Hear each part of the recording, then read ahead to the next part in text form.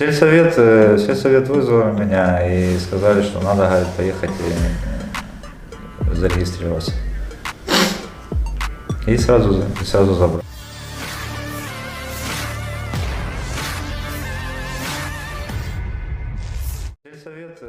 Kementerian Pertahanan Rusia baru-baru ini merilis sebuah video seorang tahanan yang sebelumnya berjuang di pihak Ukraina, bercerita tentang bagaimana kondisinya saat ditahan Rusia.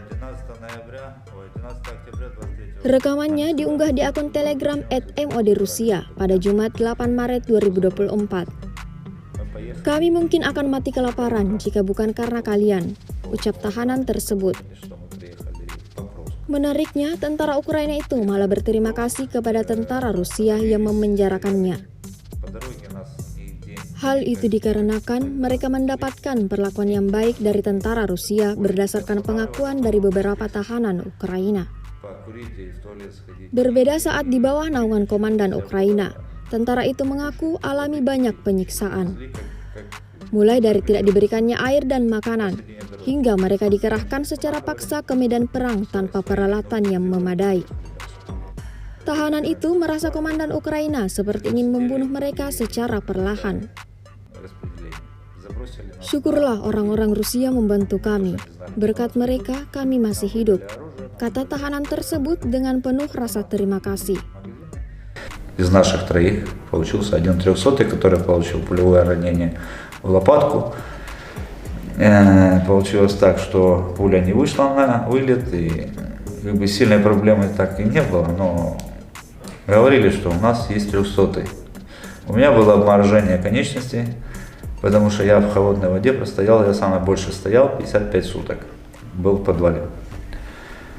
Я, как, извините меня, на зоне, я ставил палочки. После первого месяца я ставил палочки и посчитал, что я был в подвале, в погребе, не в подвале даже, а в погребе, который люди консервацию закрывают.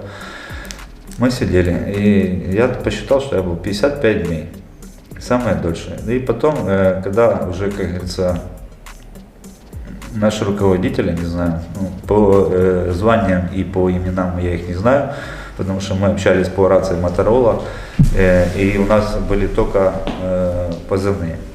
Сказали, что ребята, надо вас выводить, потому что советские войска, российские войска наступают. И нас начали, у нас 300-го вынесли, меня еле вывели, то же самое.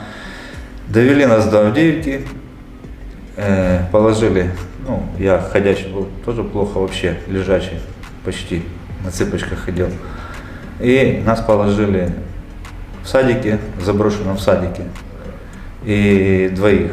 Далее нам оставили 1,5 бутылки воды и сумочку такую там с продуктами. На первое время сказали, что заберут. Российские солдаты подошли к нам первые, получается. Слава Богу, что подошли, потому что у нас уже ничего не было. И неизвестно, нас бы забрали, не забрали, мы бы так бы голодной смертью и умерли. Мы сдались добровольно в плен, сопротивления не оказывали. Они нас накормили, напоили, дали сигарет, обработали рану и 300-му, который был второй со мной. И мне тоже обработали все. На данный момент я передвигаюсь сейчас нормально. Ноги передвигаются. Это благодаря российским солдатам.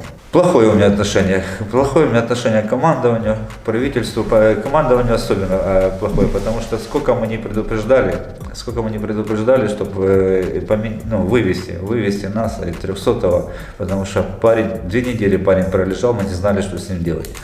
Мы его сами обработали, и никто, ни помощи, никакой, ничего. То, что у нас было в аптечке, мы ему давали обезболивающее, то, что пока не закончилось, и все.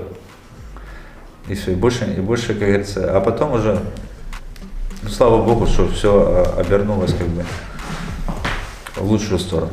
Честно сказать, слава Богу, что жив остался, что ребята ваши живы, оставили нас живых. Это надо все решить мирным путем. по-грамотному, целесообразно, чтобы все было, как говорится, чтобы не было больше кровопролития, чтобы было все, чтобы было все нормально, чтобы, чтобы жили, и дай Бог, чтобы все вернется, как оно было раньше, славянские братья и народы. Download Tribun X sekarang, menghadirkan lokal menjadi Indonesia.